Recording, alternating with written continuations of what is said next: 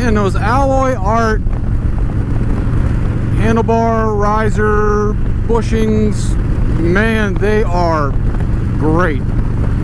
Honestly, they are like the best thing. Man, they are. I don't feel any vibration at all through the bars. It's insane. I mean, even after I replaced my my dynas, I still felt some vibration through it. These alloy art good and tights, boy, man, they are something. They just kill vibration like no tomorrow. They're the best. 55, 56 bucks. Yeah, I hate to say that, but you know, and in comparison, I've had the Arlen Ness.